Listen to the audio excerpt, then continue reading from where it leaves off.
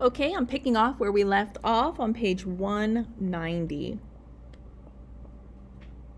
Recall, she's not allowed to drink anything, and she's certainly not allowed to cry. No tears. The girl nodded her head. A dry, burning wind came in the window, together with the locomotive's whistle and the clatter of the old cars. The woman folded the plastic bag with the rest of the food and put it in the handbag. For a moment, a complete picture of the town on the bright August Tuesday shone in the window. The girl wrapped the flowers in a soaking wet newspapers, moved a little further away from the window, and stared at her mother. She received a pleasant expression in return. The train began to whistle and slowed down. A moment later, it stopped. There was no one at the station. On the other side of the street, on the sidewalk shaded by the almond trees, only the pool hall was open. The town was floating in the heat. The woman and the girl got off the train and crossed the abandoned station. The tiles split apart by the grass growing up between and over to the shady side of the street. It was almost 2. At that hour, weighted down by drowsiness, the town was taking a siesta. The stores, the town offices, the public school were closed at 11 and didn't reopen until a little before 4, when the train went back. Only the hotel across from the station, with its bar and pool hall, and the telegraph office at one side of the plaza, stayed open. The houses, most of them built on the Banana Company's model, had their doors locked from the inside and their blinds drawn. In some of them, it was so hot that the residents ate lunch in the patio. Others leaned a chair against the wall in the shade of the almond trees and took their siesta right out in the street. Keeping to the protective shade of the almond trees, the woman and the girl entered the town without disturbing the siesta. They went directly to the parish house. And here we see what a parish house is. It is the home of a priest of a local church district. The woman scratched the metal grating on the door with her fingernail, waited a moment, and scratched again. An electric fan was humming inside. They did not hear the steps. They hardly heard the slight creaking of a door, and immediately a cautious voice tight next to the metal grating. "Who is it?" The woman tried to see through the grating. "I need the priest," she said. "He's sleeping now." "It's an emergency," the woman insisted. Her voice showed a calm determination. The door was opened a little way. Noiselessly, and a plump old woman appeared, with very pale skin and hair the color of iron. Her eyes seemed too small behind her thick eyeglasses. "Come in," she said, and opened the door all the way. They entered a room permeated with an old smell of flowers. The woman of the house led them to a wooden bench and signaled them to sit down. The girl did so, but her mother remained standing absent-mindedly with both hands clutching the handbag. No noise could be heard above the electric fan. The woman of the house reappeared at the door at the far end of the room. "He says you should come back after 3, she said, but it was in a very low voice. "He just lay down 5 minutes ago." "The train leaves at 3:30, said the woman. It was a brief and self-assured reply, but her voice remained pleasant, full of undertones. The woman of the house smiled for the first time. "All right," she said. When the far door closed again, the woman sat down next to her daughter.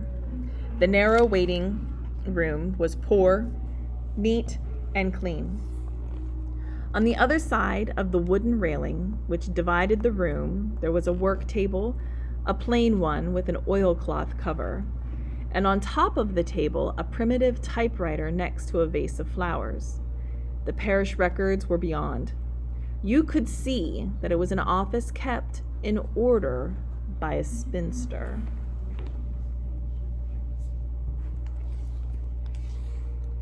The far door opened, and this time the priest appeared, cleaning his glasses with a handkerchief. Only when he put them on was it evident that he was the brother of the woman who had opened the door. "How can I help you?" he asked.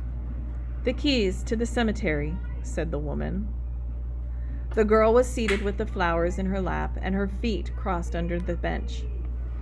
The priest looked at her, then looked at the woman, and then through the wire mesh of the window at the bright, cloudless sky. "In this heat," he said, "you could have waited until the sun went down." The woman moved her head silently. The priest crossed to the other side of the railing, took out of the cabinet a notebook covered in oilcloth, a wooden pen holder, and an inkwell, and sat down at the table. There was more than enough hair on his hands to account for what was missing on his head. "Which grave are you going to visit?" he asked. "Carlos Centeno's," said the woman. "Who?" "Carlos Centeno," the woman repeated. The priest still did not understand. "He's the thief who was killed here last week," said the woman in the same tone of voice. "I am his mother." A lot of questions have been answered now, huh? We know who Carlos Centeno is. We know why the woman and her daughter are there. We know what they want to do. Maybe we don't understand why they came during the siesta yet, but we could probably make some pretty good presumptions. We have enough clues there to help us with that. Back to the story. The priest scrutinized her. She stared at him with quiet self-control, and the father blushed. He lowered his head and began to write. As he filled the page, he asked the woman to identify herself, and she replied unhesitatingly with precise details as if she were reading them. The father began to sweat. The girl unhooked the buckle of her left shoe, slipped her heel out of it, and rested it on the bench rail. She did the same with the right one. It had all started the Monday of the previous week at 3 a.m, a few blocks from there. Rebecca, a lonely widow who lived in a house full of odds and ends, heard above the sound of the drizzling rain someone trying to force the front door from outside. She got up, rummaged around in her closet for an ancient revolver that no one had fired since the days of Colonel Arielano Buendia.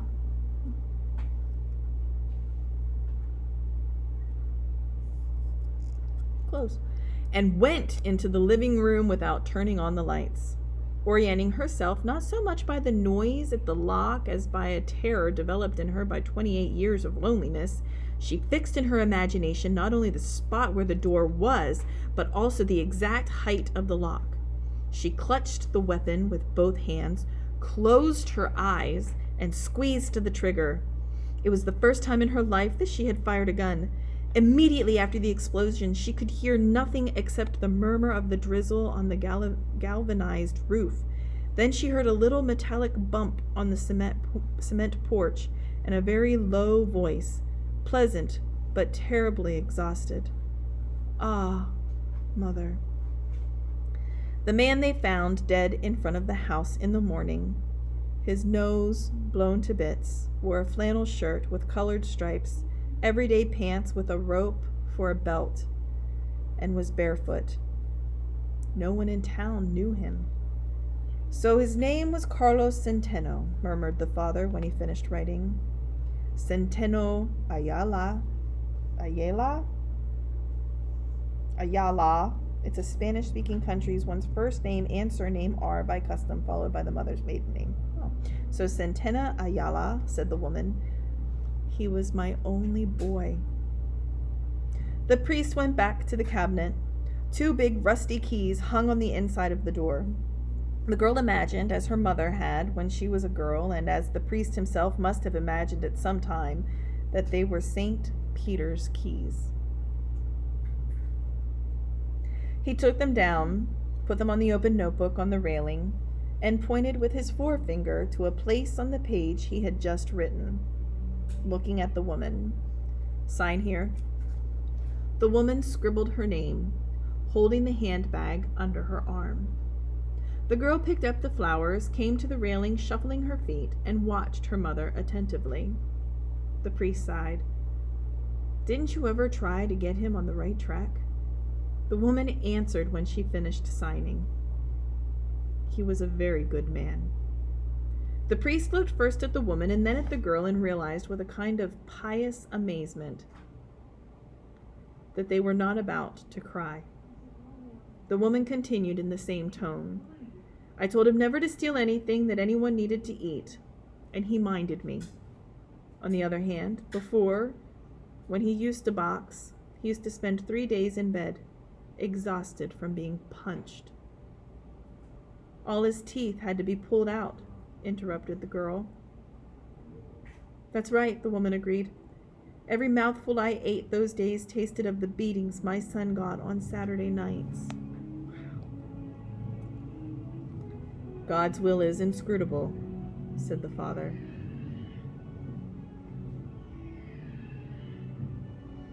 But he said it without much conviction, partly because experience had made him a little skeptical, and partly because of the heat.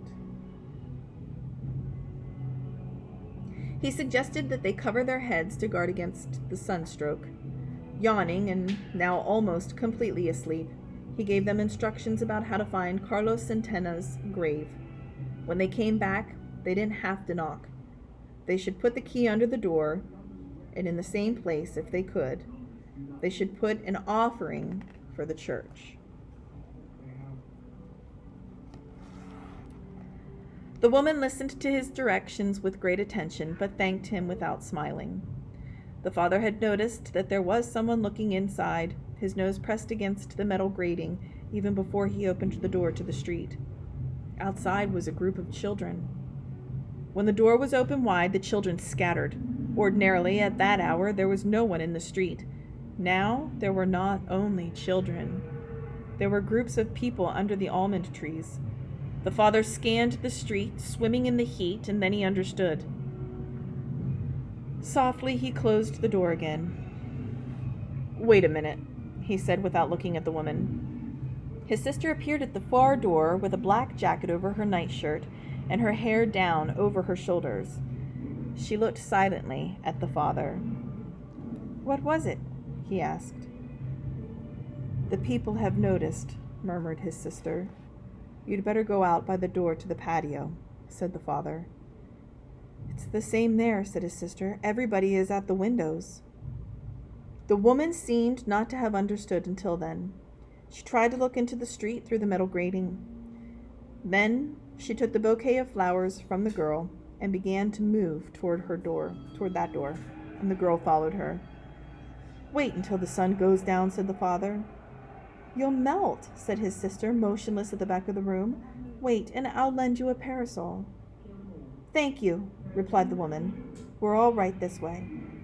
She took the girl by the hand and went into the street. And there you have Tuesday's siesta.